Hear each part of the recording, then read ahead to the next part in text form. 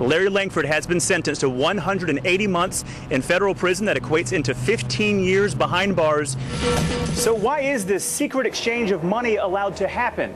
Well, Palmer says it all boils down to a culture of corruption in Alabama. It goes all the way. Thanks, Scott. We're over here across from Bryant-Denny Stadium as the weather continues to get cooler. Kaylee promised all week that the temperatures would be dropping. Yeah. But the good thing is, for a lot of the fans, there's a fire. Look at this, an open fire pit, kind of keeping us warm and burning my face all at the same time. A lot has happened down here in Honduras over the past several months, including the removal of the country's president.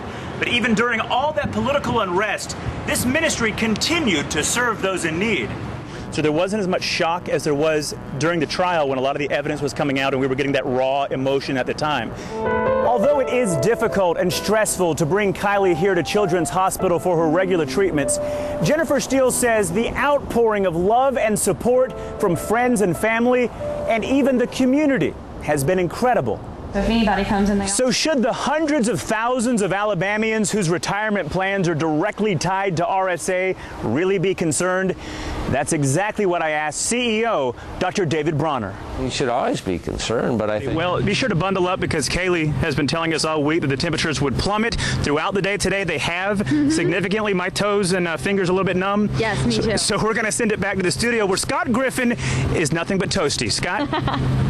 Toasty only from the lights, actually. We expected the defense to try to lay out a story of Larry Langford in a positive light, what he's done for the community, who he's helped over the years, and that's exactly what happened. They brought witnesses to the stand to back that up.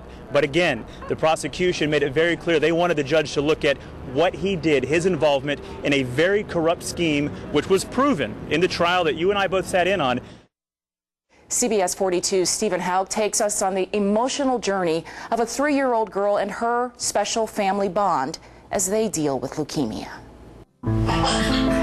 Meet Kylie Steele, a beautiful and precious 3-year-old Bibb County girl who doesn't truly grasp that she's been diagnosed with the potentially deadly disease of leukemia. But it's something her parents have had to accept as a painful reality. The biggest thing was hearing the words that she had leukemia. David Steele admits it's a daily struggle to see his baby girl suffer from this cancer of the blood and seeing her endure numerous treatments. Emotionally, the hardest part is knowing you can't do it for her. You know, you get the diagnosis and it hurts. And you wish that you could take her place, but you can't. Little Kylie was diagnosed this past May, immediately spending a week in the hospital, and was given her first 8 chemotherapy treatments in that 7-day time span. She still makes weekly visits to Children's Hospital in Birmingham to get blood work done and often has to receive blood transfusions. Never once in a million years did it cross our mind that we would be getting the diagnosis of leukemia. Although it is difficult and stressful to bring Kylie here to Children's Hospital for her regular treatments, Jennifer Steele says the outpouring of love and support from friends and family and even the community has been incredible. So if anybody comes and they offer prayer, it definitely picks up our spirits a little bit and helps us get through the day knowing that there's others out there that actually do care. This experience has been difficult for Kylie's older sister, Mackenzie, as well. At 6 years old, she's struggling to understand why certain things are happening, wondering about issues like her baby sister's hair loss. Mackenzie was asking questions about it. You know, she asked me, what if somebody laughs at her? Just part of the reality of living with leukemia, which the Steeles desperately pray will one day be gone from their daughter's little body. They've actually been given a 90% chance for a cure for Kylie after 2 years of regular treatment. But they recognize every day they aren't promised tomorrow. It's day to day. It's get the hugs when you can. It's, you know, cherish the time you have, and tomorrow you start over again, and thankful when you wake up and you get the opportunity to start that day again.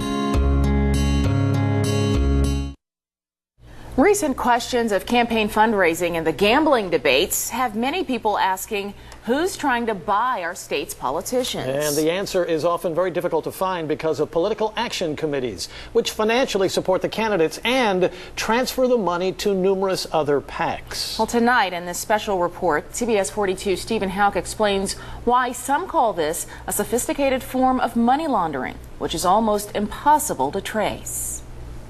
If you're looking for a way to launder money in Alabama and never get caught, look no further than a political action committee.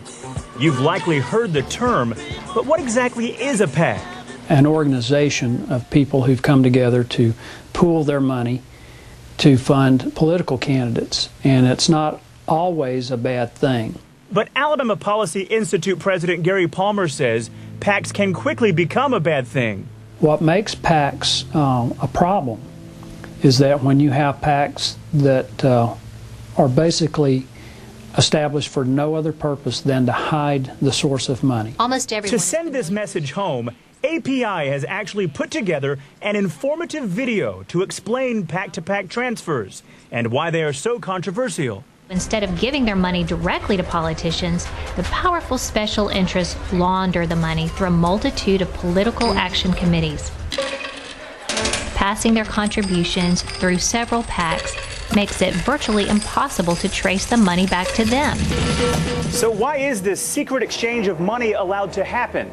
Well, Palmer says it all boils down to a culture of corruption in Alabama. It goes all the way from the local government level all the way to Montgomery, to the state capitol, of not being transparent about things. And a lot of these elected officials have a vested interest in the voters not knowing who supports them, who's funding them. The PAC money. Representative Jeff McLaughlin is sponsoring legislation to ban PAC-to-PAC transfers again this session, after it has failed every year for the past decade.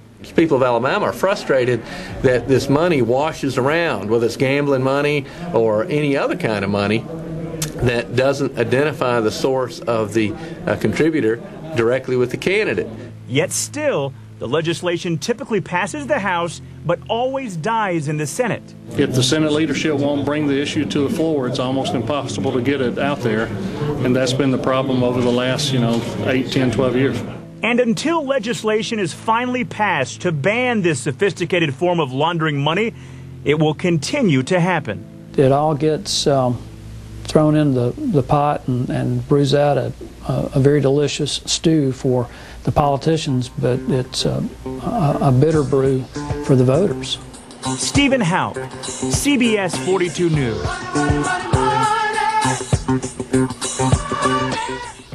The House has already passed the bill this session to ban PAC-to-PAC transfers by a vote of 101-0. It's now been sent to a Senate committee where we are told it will likely die yet again. For more information on PAC-to-PAC transfers, go to our website, cbs42.com. The recent earthquake in Haiti has opened our nation's eyes to the indescribable poverty which plagued that country long before the natural disaster hit. Unfortunately, Haiti is not the only impoverished country in our part of the world, not the only place where people struggle for daily food and clothing. Tonight, CBS 42's Stephen Hauck takes us to Honduras to show us how people from right here in Birmingham are putting their faith in action to help those in need.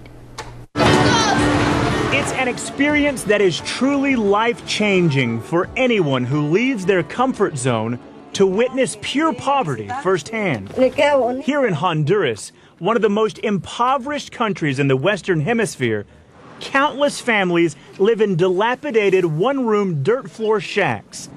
Even more disturbing, tens of thousands of children literally live on the streets. That's why organizations like Forgotten Children Ministries are doing their part to help. We take our mission teams, this one from Birmingham, and we're out visiting today this families that are in just abject poverty, bringing them beans and rice and some clothes for the children, and just sharing the hope and the love of Christ. The hope is to help these families before the children are forced to hit the streets to survive. Our gift of free pizza was an absolute delicacy to these precious, hungry and homeless little ones who we met in the country's capital of Tegucigalpa. For the more rural areas, the teams fill bags with beans and rice, one scoop at a time, to give to desperately needy people. Often thousands of pounds of food, along with clothing and toys, are distributed in a week. And in some cases, the ministry is able to take in street children, offering them a life of love and provision that they never could have imagined. When you come here, everything else is all the worries of being home and of everyday life are not here. And you can focus on God and totally see what He is doing 24/7 for this whole week. A lot has happened down here in Honduras over the past several months, including the removal of the country's president. But even during all that political unrest, this ministry continued to serve those in need. We only had one team that actually canceled. The other teams postponed because they wanted to see what the political situation, what was going to happen. But they did come back, and this year we have over 20 teams scheduled to join us. Teams that will impact the lives of many people, hoping to spread a message of faith and hope to everyone they encounter. It's not always easy for folks to put their lives on hold for mission work like this, but for those who do, their view of life will never be the same. The sacrifices that you make to get here are nothing when you see how big God is here.